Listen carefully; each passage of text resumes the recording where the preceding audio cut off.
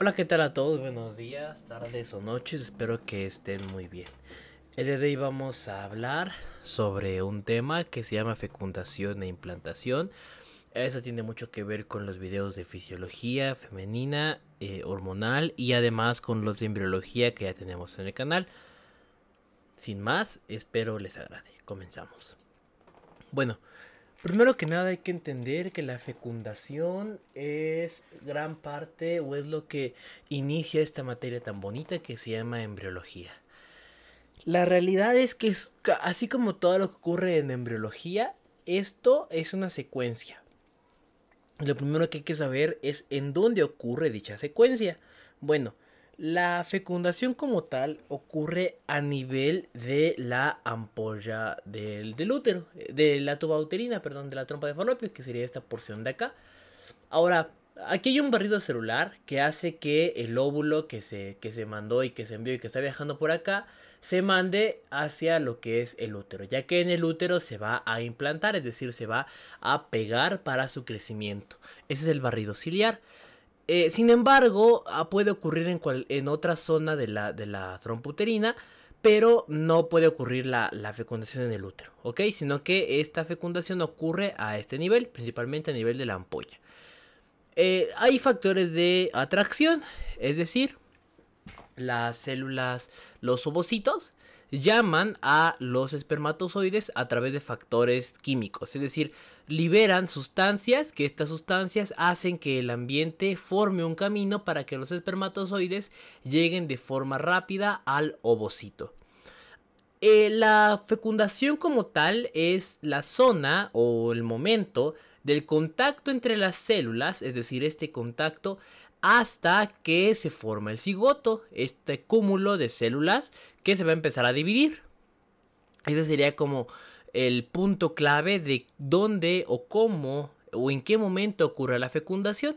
Ocurre entre el contacto de las células sexuales hasta la formación del cigoto. Como tal, este proceso tarda aproximadamente 24 horas y además está bastante nutrido porque existen carbohidratos y hay proteínas adhesivas para que los espermatozoides y principalmente el que va a fecundar tenga el papel primordial y correcto. Ahora, ¿cuál es la secuencia como tal que ocurre? Bueno, primero que nada, después de que se libera todo el espermatozoide y viaja por esta región, va a encontrarse con el óvulo. En este caso, tiene una membrana protectora que se llama la corona radiada. Esta, pues bueno, proviene desde que es un folículo. Esta corona radiada va a ser penetrada por el espermatozoide. El espermatozoide tiene una enzima que se llama hialuronidasa que se secreta del acrosoma de su cabecita, ¿no? Y eso hace que funcione como un ácido. Así como funciona como un ácido, va a romper la corona radiada y por eso puede penetrar fácilmente a lo que es el óvulo. También van a haber otras enzimas que son directamente de lo que es la tuba uterina y el mismo movimiento de la cola genera el impulso para que éste pueda romper la corona radiada y penetrar de forma correcta hacia lo que es el óvulo. Después de que cruza hay otra barrera que se llama la zona pelúcida. En esta también hay otras enzimas como las esterasas, la crosina y la neuraminidasa que permiten el cruzamiento de los espermatozoides. Luego de que ocurre la penetración hacia la zona pelúcida, hay un momento que se llama la reacción de zona, donde la zona pelúcida se da cuenta de que ya lo cruzó un espermatozoide y por ello se hace impermeable a los demás. Es decir, ya no deja que pase ningún otro espermatozoide para darle toda la prioridad al único que acaba de ingresar. Luego, el espermatozoide pierde su membrana celular y se fusiona con la membrana de todo lo que es el ovocito. Una vez que se fusiona, el ovocito entra en su segunda fase de división. Cuando veíamos el video sobre fisiología femenina, hablábamos en que el ovocito se detiene en un momento para que se reactive una vez que sea fecundado por el espermatozoide. Una vez que es fecundado por el espermatozoide, ahora sí comienza esta segunda división meiótica. y se combina, por así decirlo, la cabeza del espermatozoide con la cabeza del ovocito. Esto haciendo de manera muy coloquial, que en realidad es el pronúcleo. El pronúcleo masculino se junta con el pronúcleo femenino y esta nueva estructura se llama ovótido, es decir, ya la unión de ambas células forma ese nuevo ovótido. Después se fusionan y empiezan a agregarse constantemente, a dividirse, o sea, y empieza esta explosión de la fecundación. En este caso es una agregación diploide, es decir, tanto del padre como de la madre, material paterno y materno, con lo que el nuevo individuo va a ser cromosómicamente y genéticamente distinto, pero parecido a sus predecesores, ¿no? Entonces, a partir de aquí ya se establece el sexo cromosómico. Sin embargo, algo que ocurre es que a pesar de que ya hay un sexo cromosómico, no hay un sexo físico, por así decirlo. Es decir, no se establecen caracteres sexuales en este momento, sino que aparecen hasta la 7ª semana. El sexo cromosómico, pues bueno, depende del material genético del espermatozoide, XX en el caso de las mujeres o XY en el caso de los hombres. Como les mencionaba anteriormente, la fecundación empieza desde la unión de las células hasta su formación en cigoto, es decir, esta nueva célula que tiene características diploides, tanto del padre como de la madre. Pero este cigoto no se mantiene ahí nada más, sino que se empieza a dividir. Esta gran división que tiene el cigoto se llama la segmentación. Y cada pedacito o cada célula que proviene de este cigoto son los blastómeros. Así como la fecundación ocurre aproximadamente a las 24 horas, estos blastómeros ocurren a las 30 horas. Entonces esta división se da aproximadamente en este tiempo. Y cuando se empiezan a dividir gran parte de toda esta región y tenemos entre 2 a 32 blastómeros, es decir, 2 a 32 divisiones, se forma una nueva estructura que se llama la mórula.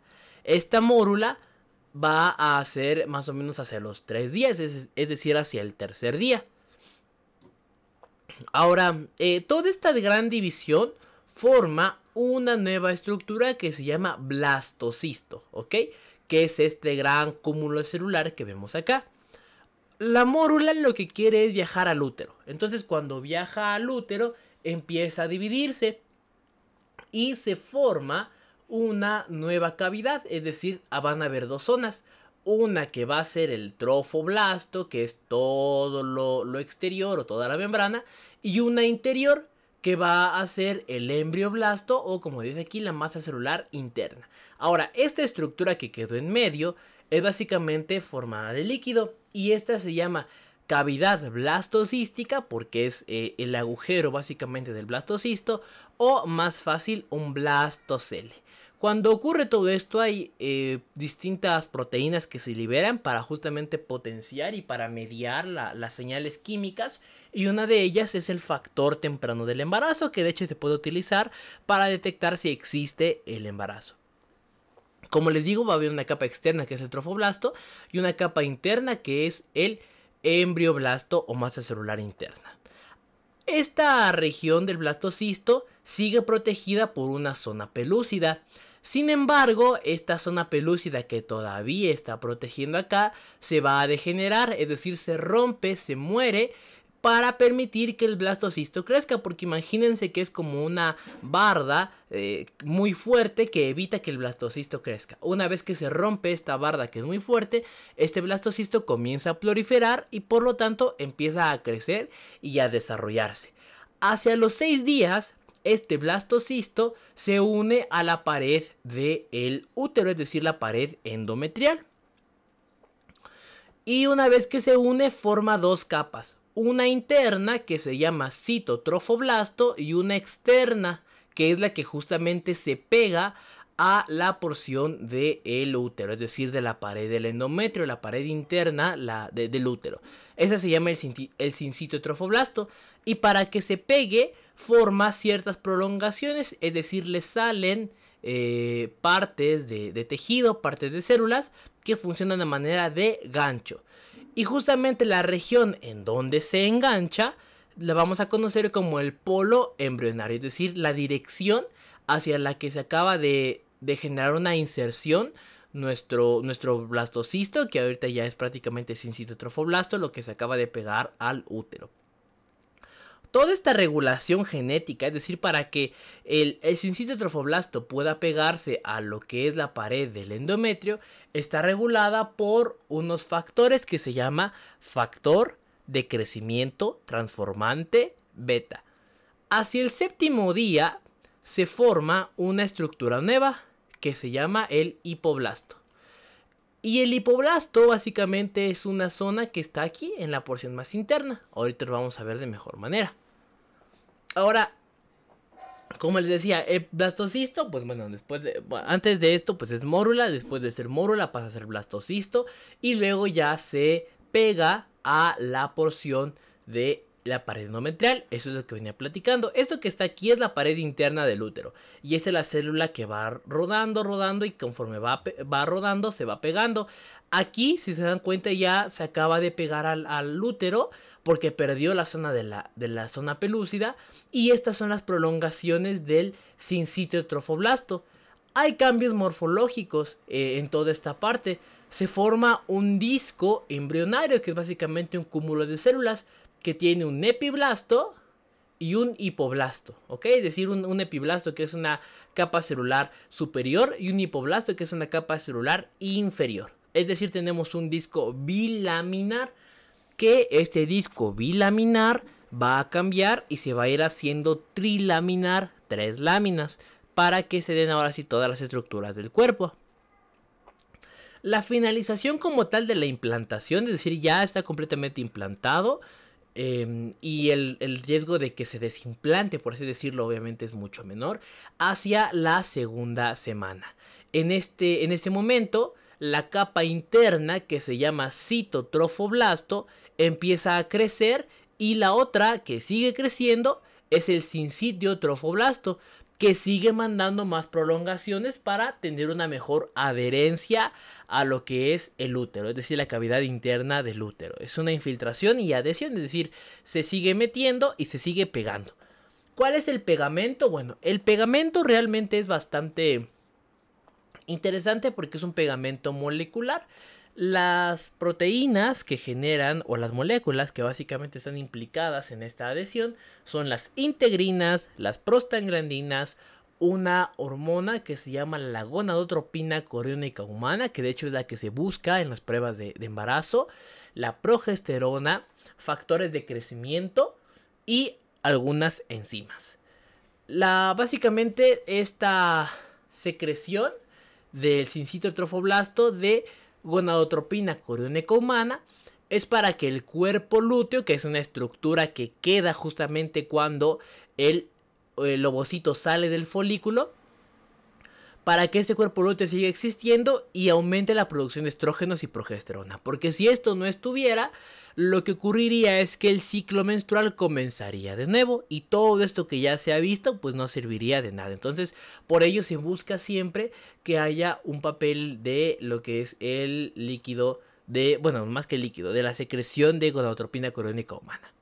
En este caso pues es donde se busca las pruebas de embarazo. Las pruebas positivas son las que tienen la gonadotropina coriónica humana. Una vez que todo esto ocurre, hay un pequeño espacio. Se empieza a formar un pequeño orificio. Este pequeño orificio que se forma por encima del epiblasto, que es este que está aquí, este es el epiblasto, esta capa azul, y básicamente por encima del mismo se forma un pequeño orificio. Se llama la cavidad amniótica. Y esto está lleno de unas células que se llaman los amnioblastos, que básicamente forman una zona que se llama el amnios. Este amnios, pues bueno, va a estar alrededor de todo lo que es el disco embrionario. El epiblasto funciona como el suelo de la cavidad amniótica, mientras que el hipoblasto, que es básicamente el que está debajo, se fusiona con esta membrana interna y forma la vesícula umbilical o saco vitelino. Esta vesícula umbilical, pues bueno, también es muy importante porque va a seguir creciendo. En este caso, ahorita vamos a regresar a esta zona de la cavidad amniótica. El sincítio trofoblasto, por este lado, empieza a crear, gracias a que se pegó bastante al endometrio, pequeños espacios, y estos espacios que se ven aquí se llaman las lagunas, y estas lagunas sirven para que la sangre de la madre llegue de forma correcta a este embrión en proceso, ¿no? Y este embrión en proceso, pues bueno, va a ser alimentado tanto por las arterias uterinas y va a ser drenado, es decir, toda esta sangre que ya está oxigenada, que ya se utilizó, va a ser sacada por medio de las venas uterinas. También a este nivel, en este momento, se forma un pequeño tapón en los pequeños espacios en donde se hubiese necesitado que, por ejemplo, por la implantación haya quedado algún espacio y que por este espacio se pueda desprender. Entonces, para que no se desprenda, el cuerpo pone un tapón como un coágulo, y este coágulo, pues bueno, ya es lo que se observa en este caso, ¿ok? Para tapar cualquier probable salida o cualquier probable desprendimiento que vaya a tener este nuevo embrión. Hacia los 12 días se forman redes lacunares, que es decir, la formación de nuevos vasos que ya sirven para una mejor nutrición de esta estructura. Y bueno, hay una pequeña elevación a nivel de la cavidad uterina, porque justamente como esta nuevo ser se acaba de implantar, pues bueno, ya va a tener una pequeña elevación a nivel uterino, a nivel del endometrio. Ahora, ocurre algo muy interesante, porque la vesícula umbilical, que se llama vesícula umbilical primaria, empieza a crecer, y al crecer genera distintas nuevas estructuras. Hay unas pequeñas depresiones que se llaman celomas. En este caso crecen tanto que se fusionan y provocan la formación del celoma extraembrionario. Este lo que provoca es que se divida en dos: un disco que tiene al epiblasto y otra porción que tiene al hipoblasto. La porción de abajo sigue con el saco vitelino, que en este momento pues ya empieza a crecer y a desarrollarse, y la de arriba con la cavidad amniótica, ¿no? Que va a seguir desarrollándose durante todo el embarazo. Este nuevo celoma extraembrionario va a rodear todo, es decir, rodea todo este punto, y es lo que permite que el saco vitelino se desarrolle, menos una región que se llama el corion y el tallo de fijación, o en este caso de la imagen, pedículo de fijación, es decir, la zona donde se une básicamente, porque todo esto está suspendido solo por una pequeña estructura que se llama tallo de fijación. Este tallo de fijación está pegado y por lo tanto es lo único que este celoma no rodea. Pero lo que sí permite este celoma con el aumento de tamaño es la formación del saco vitelino. Y como les digo, rodea todos menos el corion. Y bueno, reduce la zona de la cavidad umbilical, que originalmente era un tamaño muy grande, pues bueno, ahora ya es un tamaño más pequeño, que se llama ahora el saco vitelino. Y bueno, ya para ir cerrando, vamos a hablar sobre el saco coriónico y los sitios de implantación. En este caso, el saco coriónico es la antesala de las vellosidades provocadas o que permiten a la placenta seguirse nutriendo, ¿no? En este caso vamos a ver que el saco coriónico tiene unas pequeñas vellosidades coriónicas, que son como estas ramitas que van a estar en esta región de la placenta, y que ahorita se llaman vellosidades coriónicas primarias, pero que poco a poco van a seguir desarrollándose. Básicamente son columnas celulares que se cubren por sincitio y permiten gran parte de la formación de la placenta. En este caso proceden principalmente del mesodermo somático, que el mesodermo es una capa que viene de las que veíamos anteriormente, ¿no? Del epiblasto y del hipoblasto. Ya las últimas capas que se producen son el ectodermo, el mesodermo y el endodermo, ¿no? Que ya son las capas principales de donde proceden todos los órganos. Pero las anteriores son el epiblasto y el hipoblasto, de donde derivan estas últimas. Es decir, el ectodermo, endodermo y mesodermo. La gran característica de que se formen estas vellosidades es gracias al crecimiento del celoma, esta estructura que les venía mencionando, que es como una gran elevación dentro de toda esta zona fecundada. Y es la antesala de la formación en una cavidad coriónica. Se pueden encontrar de manera principal a nivel de una ecografía transvaginal, sobre todo es la que se recomienda en este primer momento. Ahora, ¿en qué zona se implanta? Bueno, principalmente, obviamente, en el endometrio, es decir, en la capa interna del útero, pero sobre todo se implanta a nivel de la pared postero superior, atrás y arriba, rara vez en la pared de enfrente, es decir, postero anterior. Sin embargo, antero superior. Sin embargo, si se implantara aquí debajo, es un factor de riesgo muy grande porque el crecimiento del feto va a hacer que todo el desarrollo se complique mucho con el pasar del tiempo. Por eso lo mejor es que se implante en la zona superior del útero y no en la zona inferior, ya que eso constituye un factor de riesgo tanto para el feto como para la madre. Y bueno, la zona de implantación también está mediada en gran parte por la gonadotropina coriónica humana, que pues bueno, nos puede ayudar a determinar si existe o no un embarazo. Y bueno, pues muchísimas gracias por ver. Me despido, no sin antes esta frase de una serie, de un anime que vi en estos días y que la verdad me gustó mucho. Y dice, envejecer, morir, es lo que le da sentido y belleza a una vida humana. Es porque envejecemos, porque morimos, que nuestras vidas tienen valor y nobleza. Esto, pues bueno, como les digo, es un anime y se me hizo muy ad hoc respecto al tema de la embriología, ¿no? Como es que desde la fecundación nos damos cuenta que existen muchas cosas y muchos patrones moleculares que siguen y que hacen de la medicina algo muy bonito que pues es bueno saber y constantemente sorprenderse por todo lo que ocurre, ¿no? Y pues que a pesar de todo esto va a ocurrir el milagro de la vida, de seguir, ¿no? Como tal en la vida humana, envejecer, morir, crecer, etc. Pero bueno, si les gustó el video ya saben que pueden darle like, suscribirse y compartirlo si así lo desean. Espero que les haya servido. Nos vemos pues en el siguiente. Hasta pronto.